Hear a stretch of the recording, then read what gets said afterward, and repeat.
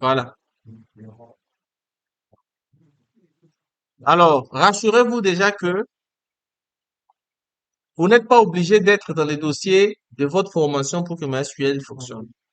C'est-à-dire que si vous faites ça, ça ne fonctionne pas, c'est un problème de MySQL qui n'est pas encore configuré dans vos variables d'environnement. Pour cela, simple. J'avais montré un échantillon d'exercice. Comment on fait? Vous avez l'Aragon. Vous allez dans le dossier de l'Aragon. C'est l'Aragon. Vous allez dans bin, MySQL. Vous entrez dans MySQL, bin, et vous copiez le schéma, là, le schéma. Copiez ça. Et vous ramenez ça dans le variable d'environnement. Donc, si vous êtes sur Windows 11, vous faites ça, paramètres, système, vous descendez, paramètres, vous entrez dans système. Vous avez information système, paramètres système avancé, variable d'environnement, paf, et puis vous ajoutez ça ici. Mais moi, quand vous ajoutez, vous cliquez OK. Moi, j'ai pas besoin de ça. J'ai déjà MySQL nativement. Donc, normalement, en faisant la même requête que j'ai faite, ça marcherait.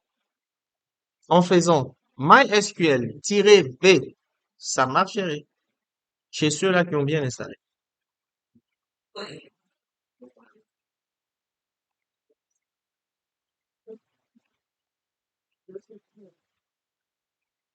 Je vais mettre une pause et je vais assister tout le monde chez qui ça ne veut répondre, OK? Alors, là, vous avez votre serveur de MySQL qui fonctionne. Maintenant, vous avez besoin de créer une base de données. Au début, les gens, pour créer la base de données, il fallait avoir PHP-Madmin, comme ça, il va aller cliquer. Non. Ça, c'est des outils qui ont existé pour que les gens soient productifs. Mais le base, vous devez connaître ça.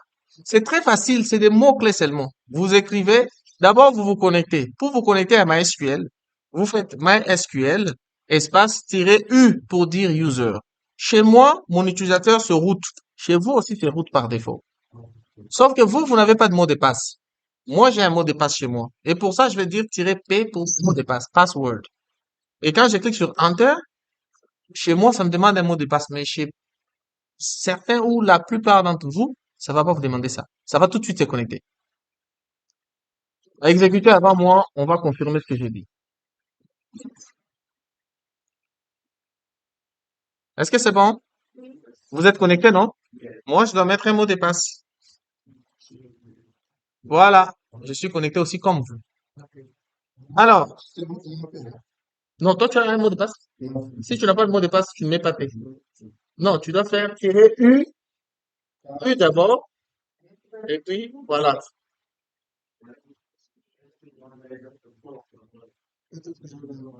Non, oui, toi, tu as un mot de passe.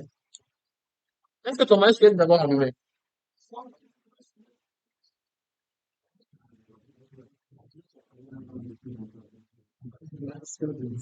Ouais. Ah, tu rentres en conflit.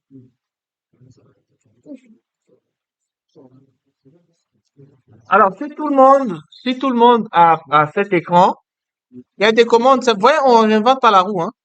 On a juste fait MySQL-U. Ça ne changera jamais. Pour se connecter à la base de données, c'est pareil. Mais il y a aussi une commande. Par exemple, je vais quitter, je vais faire anti-slash Q pour quitter hein, le programme MySQL. Parce que là, je suis dans le programme MySQL. J'ai fait anti-slash Q, je quitte, je reviens sur mon chemin principal de mon dossier. Certaines personnes, à supposer que moi, je veux me connecter au serveur de MySQL de quelqu'un ici. Euh, Essayez maintenant cette commande que je vous donne. D'abord, je tire mon adresse IP. Parce que vous pouvez travailler sur une machine qui n'a pas beaucoup de ressources. On vous dit la base de données se trouve sur une autre machine. Vous êtes ici. Comment vous faites pour vous connecter? L'interface que vous voyez là, on appelle ça MySQL client. Le MS-DOS que vous voyez là, c'est un client MySQL. Le serveur est quelque part. Maintenant, moi, je vais vous demander, est-ce que quelqu'un parmi vous a une adresse IP qui finit avec, qui est dans la plage 2? Je suis connecté, je vous rappelle que je suis connecté à salle de réunion. S'il y a quelqu'un qui a salle de réunion ici, je suis connecté à salle de réunion. Très bien. Est-ce que tu peux pinguer mon adresse IP? Pinguer, c'est tout simplement vérifier si on peut accéder en réseau à une machine. Donc, en utilisant son adresse IP. Donc, mon adresse IP, c'est la 192.168.2.119.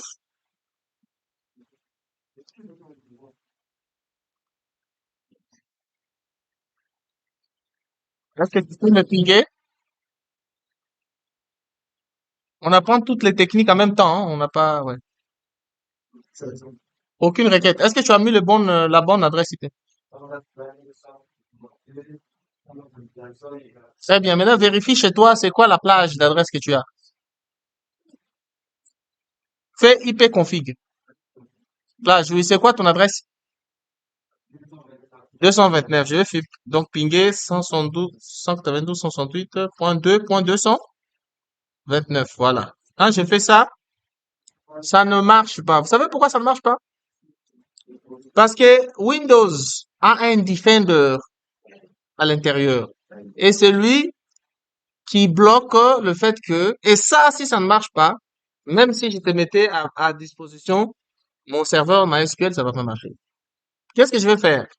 Je vais juste aller dans la recherche, je vais dire euh, euh, activer ou désactiver les fonctionnalités de Windows. Voilà. Non, pas ici. C'est par feu. Voilà. Par feu, Windows Defender. OK. Vous voyez? Quand vous venez ici pour propriété du pare-feu, on n'a pas besoin de ça. On a besoin juste de dire, par exemple, que sur le réseau, le règle par défaut du trafic entrant, on n'a pas besoin de tout ça. Nous, on a besoin de désactiver, au fait, le pare-feu. Normalement, c'est pas celui-ci.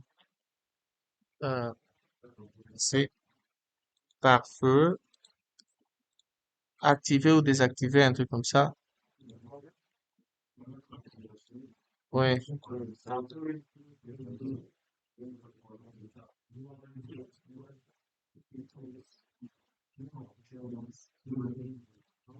Oh, mais c'est là que j'ai... Ah oui, c'est ici.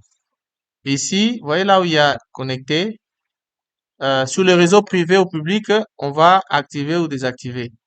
Et ici, j'ai fait désactiver, désactiver. Et puis, j'enregistre. Pap. Essaye de repinguer mon adresse IP boss.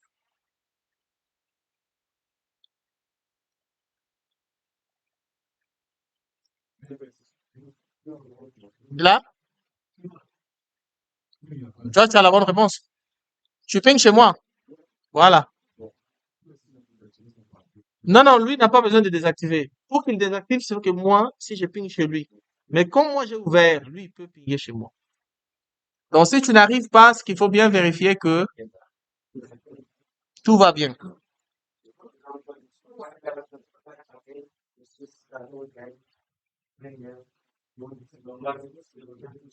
Tu peux fermer l'invité de commande, tu réouvres, tu fais. Boss, toi qui arrive à pinguer chez moi, tu peux me donner ton adresse IP? 192, 168, 2.200 combien? 248. Tu vois? Je dois voir ça là. Hein, patron? Ça là. Je dois voir. Je vais mettre un ping continuel avec T, comme ça. Donc, chaque fois, j'arrive à accéder à sa machine. Mon maman peut, donc ça confirme qu'on est dans le même réseau, dans la même plage d'adresse, et puis je peux accéder à sa machine. Est-ce que chez vous c'est le cas? Ça ne marche toujours pas? Bon, essaye de désactiver aussi chez toi. Defender. Ok, très bien. Maintenant, patron, toi qui es connecté, tu peux te connecter à ma machine. Comment est-ce que tu peux te connecter à mon serveur MySQL à travers ta machine? Là, tu vas faire MySQL. Là, on avait fait juste -u, route, -p, j'ai mis un mot de passe. Mais chez toi, tu vas faire MySQL-h pour dire host et tu vas mettre 192.168.2.119. Et puis tu dis -u, route, ou tu peux mettre user, comme ça. Parce que j'ai un utilisateur aussi que j'avais créé qui s'appelle user. Donc, user, et puis -p, euh, voilà, -p, voilà.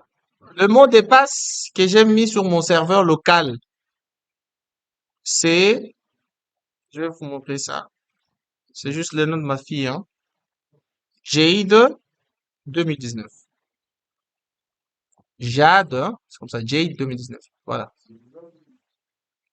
Jade 2017 plutôt. Donc, si tu fais cette commande chez toi, il te demande le mot de passe, tu saisis Jade 2017, tu te connectes. Est-ce que tu y arrives?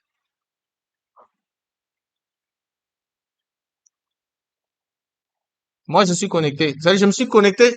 En fait, je me suis connecté à mon propre serveur en spécifiant ma machine et je me suis connecté. Est-ce que tu t'es connecté? Le mot de passe, je l'ai donné déjà. Jade, il est là. J majuscule, arrobase, DE 2017. Ça, c'est pour attaquer mon serveur de base de données. Est-ce que tu es sur la même plage d'adresse que moi? C'est bon? Tu t'es connecté? La commande, c'est MySQL. Il faut juste retenir les mots-clés. Je vais faire ça. MySQL. MySQL-H pour dire host. Tu mets l'adresse IP 192.168.2.119. Ça, c'est mon adresse IP. Puis, -U. Tu te connectes à quel utilisateur? C'est user. -P. Quel mot de passe? Plutôt que, moi, chez moi, j'ai un mot de passe. Et puis, tu fais enter. Il va te demander d'entrer les mots de passe. Et tu mets le mot de passe que j'ai fourni là. Et puis, c'est bon, tu te connectes. Donc, ces connaissances-là, c'est pour dire qu'aujourd'hui déjà, tu peux te connecter à une base de données installée dans ta machine ou tu peux te connecter à une base de données installée dans une autre machine ou dans un autre serveur. Tu as ton projet ici, mais les bases de données, c'est pas chez toi, c'est ailleurs. Ça marche aussi très bien. On le verra plus quand on va installer une machine virtuelle Linux, comment on va voir ça. C'est bon? Ah, ok, ok. Très bien. Alors, si tu es connecté, moi aussi je suis connecté. Donc là, on est connecté à l'application MySQL. On a des commandes faciles qu'on va faire pour qui ne changent pas. Comment j'ai fait pour afficher, s'il vous plaît, votre attention s'il vous plaît. Comment j'ai fait pour afficher les bases de données que j'ai dans mon serveur? Puisque n'oubliez pas, MySQL est un serveur dans lequel on place des bases de données, les bases de données dans lesquelles on place des tables dans lesquelles on place des enregistrements. Donc, dans un serveur de bases de données, on peut trouver plusieurs bases de données. Dans un même serveur, on peut trouver une base de données de la RPCE, une base de données du ministère des Finances, une base de données des... Et chacun a son utilisateur et les mots de passe pour accéder à ça. Est-ce que vous voyez? Donc, pour voir le base de données qu'il y a dans le serveur, vous allez faire une commande qui est simple, show database. Show databases. Et il faut toujours mettre un point virgule à la fin, puisque c'est une requête.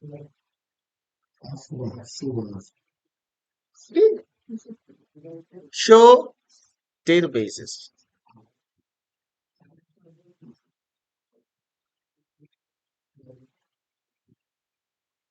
Bro, you need to shut the door.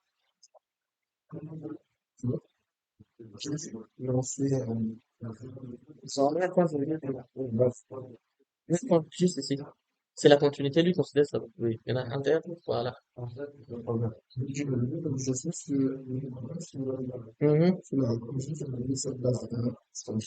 Donc, tu peux faire l'interopérabilité. Ça, c'est ce qu'on appelle l'interopérabilité. L'interopérabilité. Hein? Le boss, là, il utilise XAMPP comme serveur web, et plutôt Laragon comme serveur web, et XAMPP comme serveur de base de données. Donc, il a les deux activés en même temps. C'est cette interopérabilité.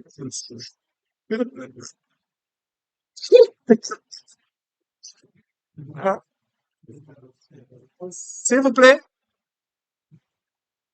la commande show database pour voir les données, les bases de données. Quand je fais ça, il me montre les bases de données que j'ai dans mon système. Coligaz, Information Schema, MySQL, Former Schema et puis 6. Normalement, chez vous tous, vous devriez avoir Information Schema, vous devriez avoir MySQL, vous devriez avoir Performance Schema. Est-ce que vous voyez ça? Et puis 6. Sauf Coligaz, vous pouvez pas voir parce que ça, c'est ma propre base de données que j'ai créée à la main pour mes besoins internes. Mais le base de données qui viennent par défaut lorsque vous installez un serveur de base de données MySQL, elles sont là.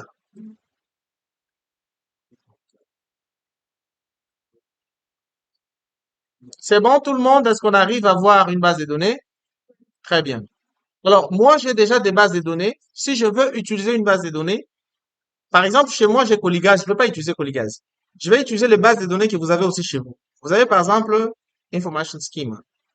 Pour l'utiliser, puisque vous avez beaucoup de bases de données, mais vous voulez vous placer dans la base de données qu'il faut, vous allez utiliser une commande qui s'appelle use, et puis vous allez dire Information Schema. Ça, c'est pour maintenant utiliser, c'est positionner dans la base de données que vous voulez manipuler. On a affiché les bases de données. Maintenant, on veut, dans ces bases de données-là, utiliser une des bases de données pour travailler dedans. On va faire use. C'est comme si vous sélectionniez une base de données dans laquelle vous allez travailler. Use information schema. Rappelez-vous que vous écrivez bien ça. Moi, j'ai mal écrit scheme. Je dois écrire schema. Comme ça.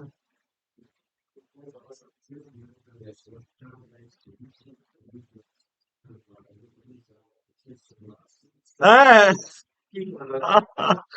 mon frère, tu lis ça là-bas, non? Pourquoi tu me compliques la vie? Ah,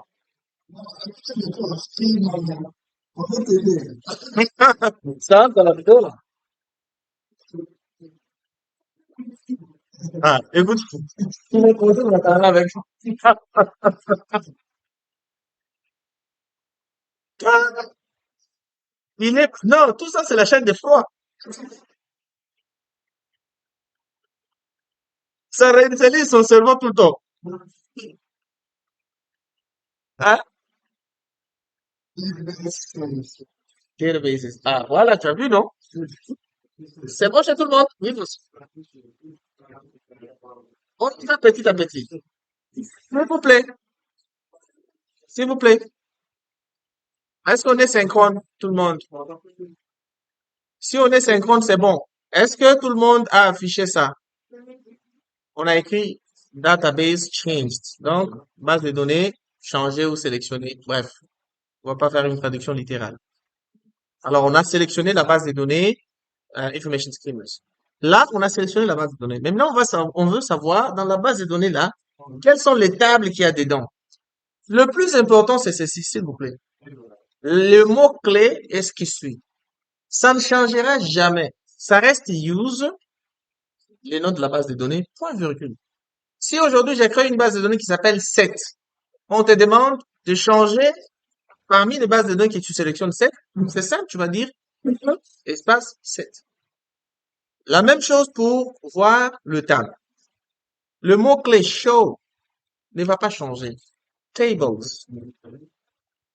Show tables. Montre-moi le tab. Et quand je fais ça, il me montre toutes les tables qu'il y a dans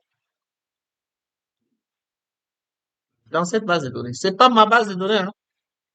C'est la base de données qui vient par défaut. Et donc là, ça ne change pas, c'est pareil. Vous retenez juste ces mots-clés-là. Show espace table. Et ce qui est intéressant avec MySQL, c'est que vous pouvez écrire ça en majuscule ou en minuscule. Ça va marcher. Mais ne le faites pas en camel case. Genre, vous commencez en majuscule, vous mélangez majuscule, minuscule, non. Soit vous faites les majuscules, soit vous faites les minuscules.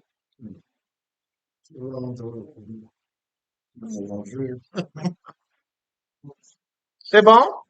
Tout le monde a affiché, non? Très bien. Maintenant, ici, on vous dit, ah, mais on a besoin, par exemple, de voir la table views. Parce que ça, c'est des tables. Alors ici, on va pas utiliser use. Là, on va utiliser les vraies requêtes MySQL. Bon, même pas MySQL, les vraies requêtes SQL. c'est que on va dire select all pour dire sélectionner tout de quelle table? Select all from views. Et puis vous faites point virgule. Et quand vous allez cliquer sur Enter, il y a tout ça, c'est les données qu'il y a dans la table views là. Voilà. Voilà, il a tout compris. Je t'ai dit, c'est un directeur de bac. Ah, je t'ai dit. Vous savez, vous savez, Surcov a des données qui atteignent des millions. Si tu tapes la requête là dans la table personne, par exemple, à Surcov, ça veut dire que tu auras chez toi un tableau et là tu dis aux gens, ah, les gars, là, je suis connecté à la CIA. Donc, rapidement, avec les agents de FBI, on va détecter. J'ai une bac comme ça.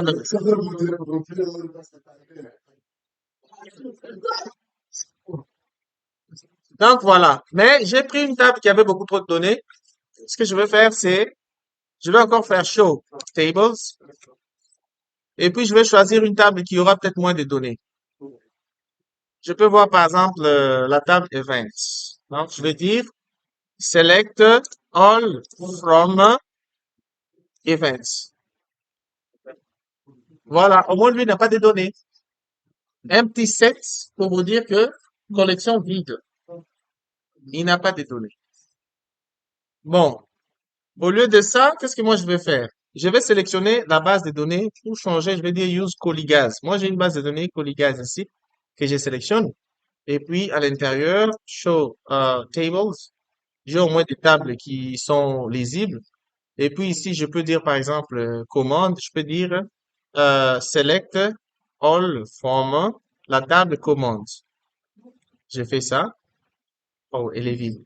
Select all from user. Les utilisateurs, par exemple. Voilà, il me montre des utilisateurs avec des mots de passe chiffrés. Voilà. Maintenant, et si je veux savoir la structure de la table users, c'est très simple. Je vais juste dire describe. En tout cas, certains qui maîtrisent l'anglais ici peuvent bien s'en sortir. Describe users. Voilà, il me sort ça. Il va vous dire, par exemple, ID, c'est quel type de données, begin, nanana, nanana.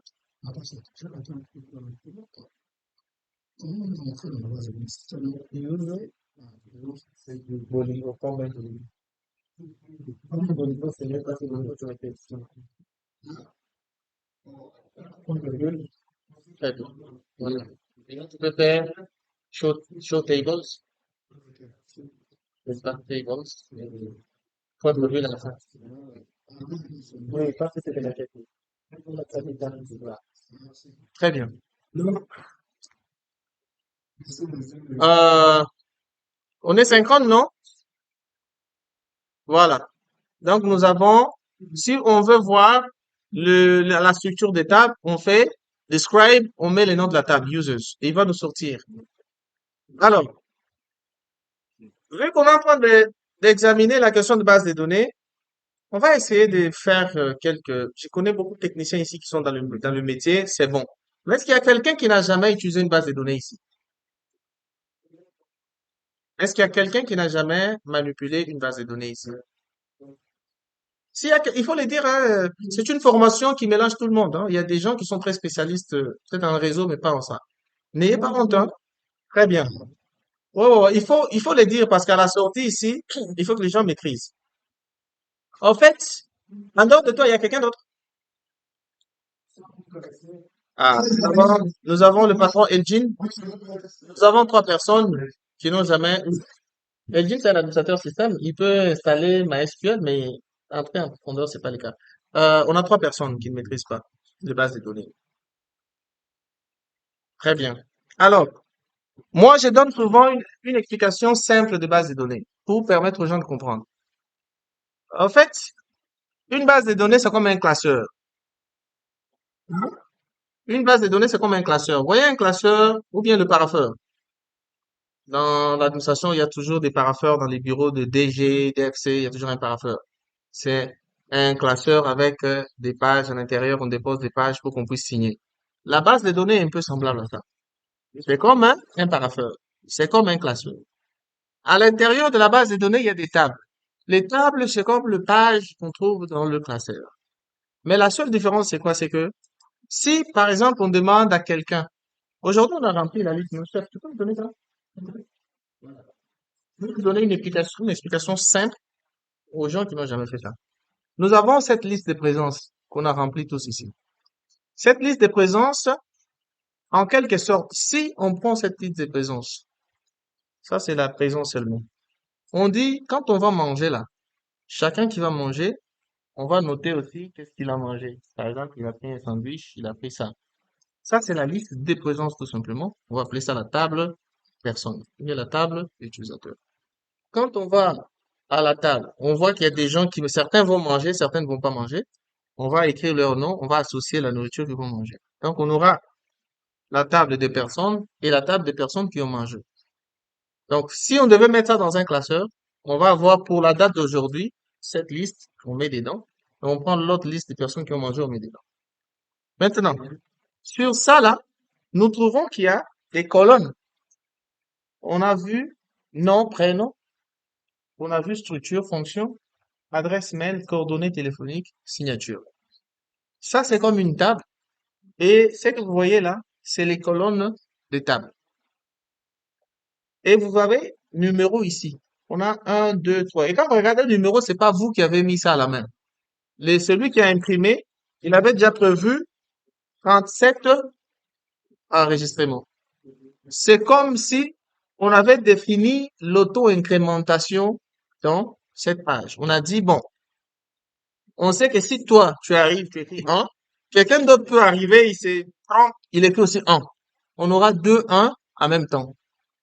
Et donc, pour empêcher ça, on a dit 1, 2, 3. Et ça, c'est l'explication la plus claire pour expliquer une table, pour expliquer les colonnes. Quand vous regardez, par exemple, là, vous avez nom et prénom. Nous savons qu'ici, on peut mettre que des données alphanumériques. Puisqu'il y a des gens qui ont des noms comme Louis XIV. C'est pas les 14, là, on écrit ça souvent en lettres, ou on peut mettre en chiffres. Là, nous avons structure. Nous avons tout type de données. Quand on arrive aux adresses mail, c'est toujours des chaînes de caractères, mais ça oblige que tu mettes un arrobase et un point. Est-ce que tu vois? Et quand tu arrives aux coordonnées téléphoniques, on a mis des données des types chiffres. Vous voyez, c'est des 06, 05, tout ça. C'est pour dire qu'ici, on peut pas mettre, par exemple, bonjour ou bonsoir. Les contraintes, ici, on peut pas mettre cette contrainte-là parce que quelqu'un va écrire ce qu'il veut.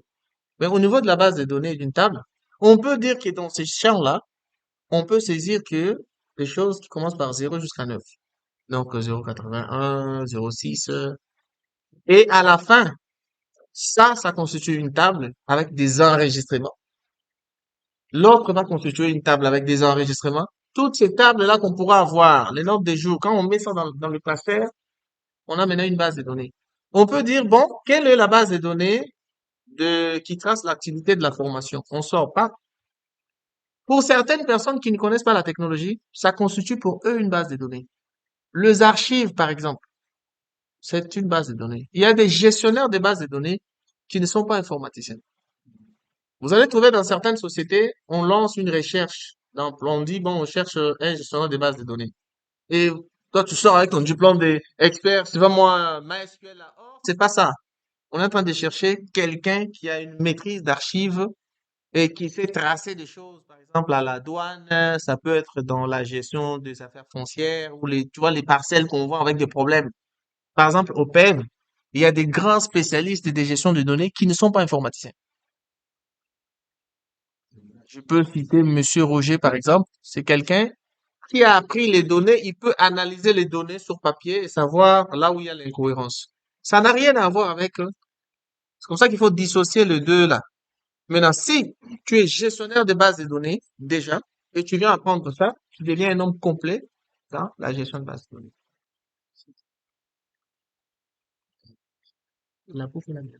Très bien. Donc, est-ce que l'explication là est un peu claire? On va entrer en profondeur avec des pratiques, mais est-ce que ça vous va déjà pour comprendre au moins le b.a-ba d'une base de données, d'une table et des enregistrements?